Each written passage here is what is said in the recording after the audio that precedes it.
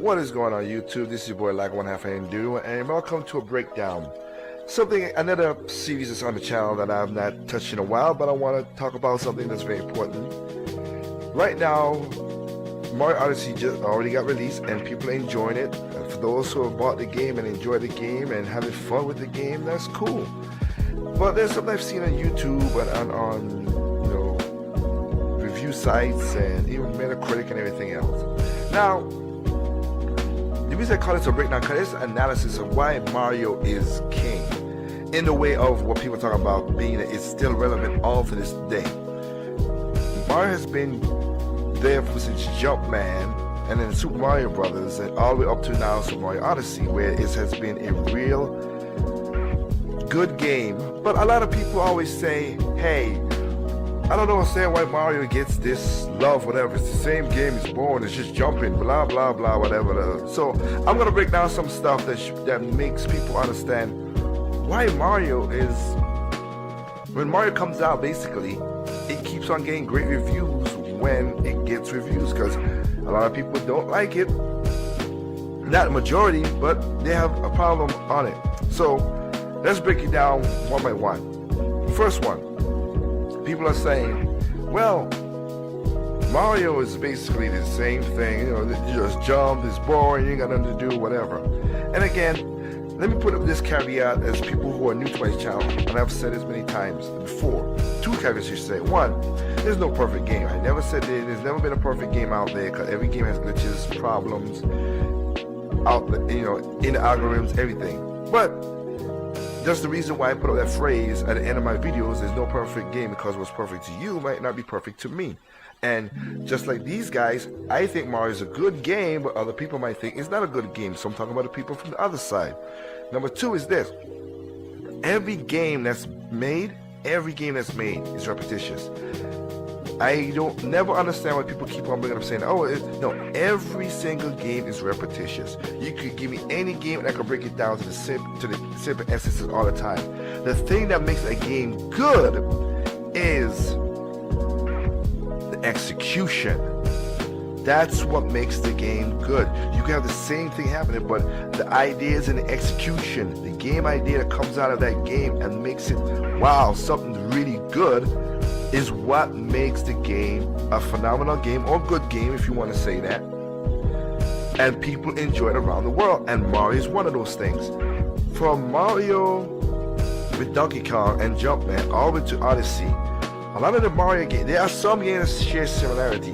Mario 3D Land, Mario 3D World, New Super Mario Brothers, all those basically categorize the same thing. But majority of Mario games have always leaped and bounded and changed things and give people something different. One of the things that Mario does, which is good, is give you every game has a gimmick. And I never use gimmick as a negative thing. Gimmick means something that brings people into the product. Check it out in the definition. But that's what it is. And that's what Mario does. New Super Mario Brothers had his gimmick of going, after all the time of doing, it's been a long time since doing a 2D Mario. They went back to 2D Mario, and people like that gimmick, like that. It thrived very well for a while until Nintendo milked it, and that's one of the stale parts of Mario, and I would give them that. Stale parts of Mario, they milked their New Super Mario Brothers thing. But from Mario Brothers, which was on the NES, to something different of having a platformer, going right, doing things you do, introducing power-ups, teaching people how to play the game, as me and one of his family showing how you gotta jump over and force you to get into the mushroom, to Super Mario Brothers 2, which was another game that got developed and changed over, but it was something different, and a lot of people like Mario Brothers 2, and of course a lot of people like the real 2, which is Lost Worlds, which was a pain in the butt, and even to Mario Brothers 3, where more gimmicks keep on adding to Super Mario Brothers World. They add things differently and work about this. When Nintendo adds a new power-up into Mario games, they encompass the game around the power-ups, and that's what Nintendo does very well. And that's what makes every game different.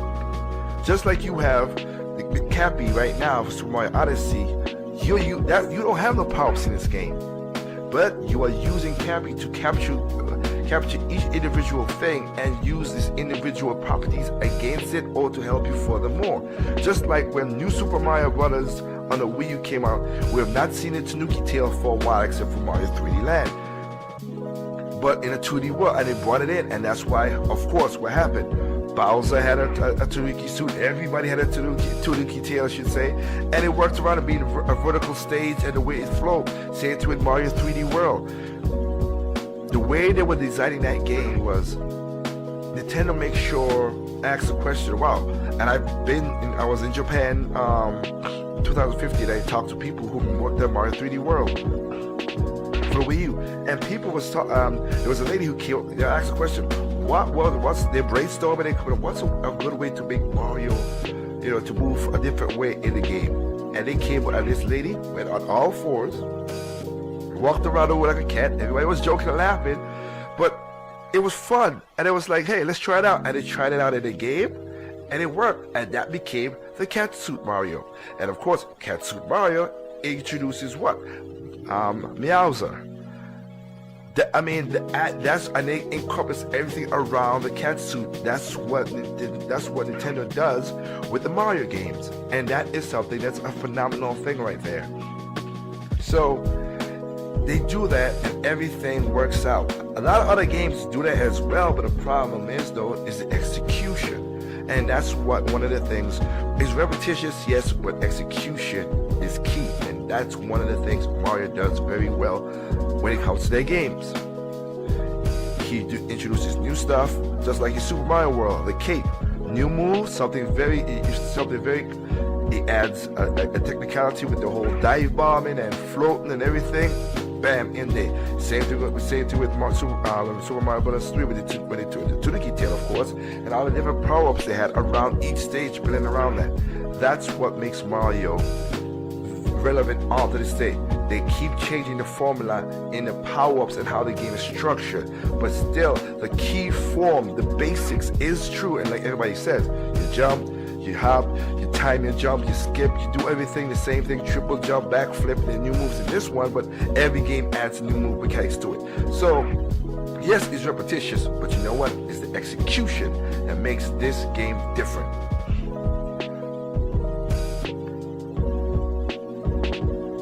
Number 2. Another thing that makes a Mario game good, and makes a lot of people need to understand this, is in the last couple of years, a lot of games have been hitting back to back to back to back.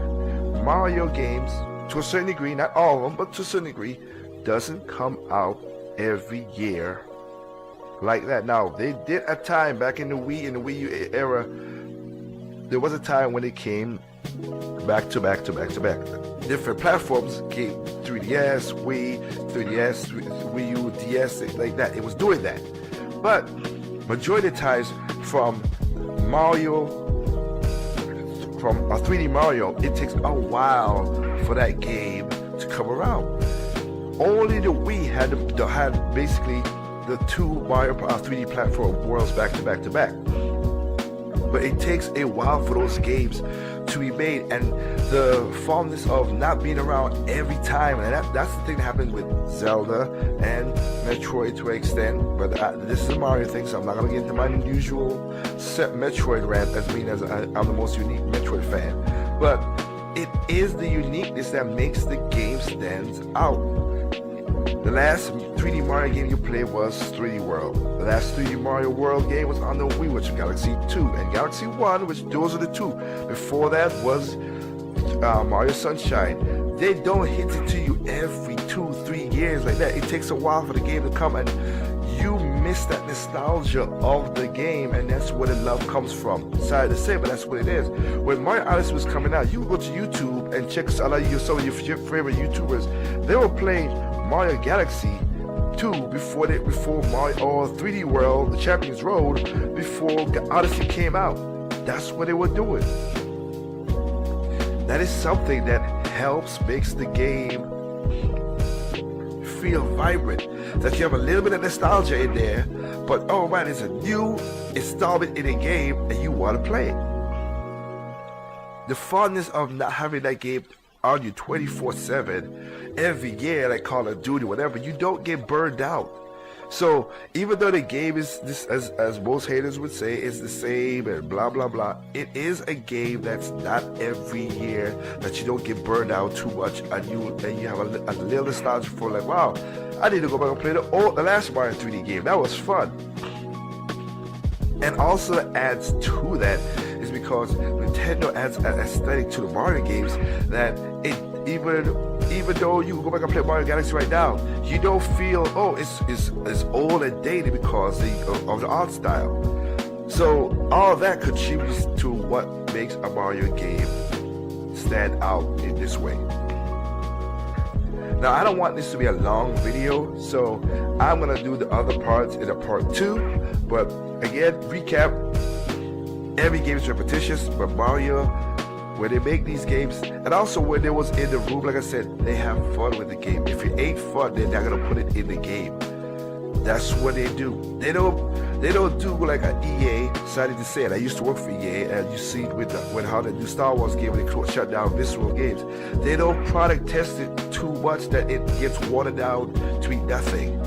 They just say, hey, this is fun, this is great, let's put it in. Ha! It keeps on going. And they don't hit you with Mario, a Mario 3D platform or 2D, year after year after year after year. Again, they did have a spot where Nintendo did do that, and they found out, wow, we gotta cut it back, just like they have to do with, that's like they did with Assassin's Creed. They had to cut that back because they put out 11 games in about 9 years, and people got fatigued out. So, just a recap of that. But then, part 2, we explain some other stuff that makes Mario, why when that game comes out, it gets very good reviews, and why he is the most recognizable name in gaming and the king of gaming. Remember, this is your boy Ligo. There's no perfect games out there. What's perfect to you is not perfect to me. What's perfect to me is not perfect to you. Simply enjoy your games on all consoles, even PC. Peace out.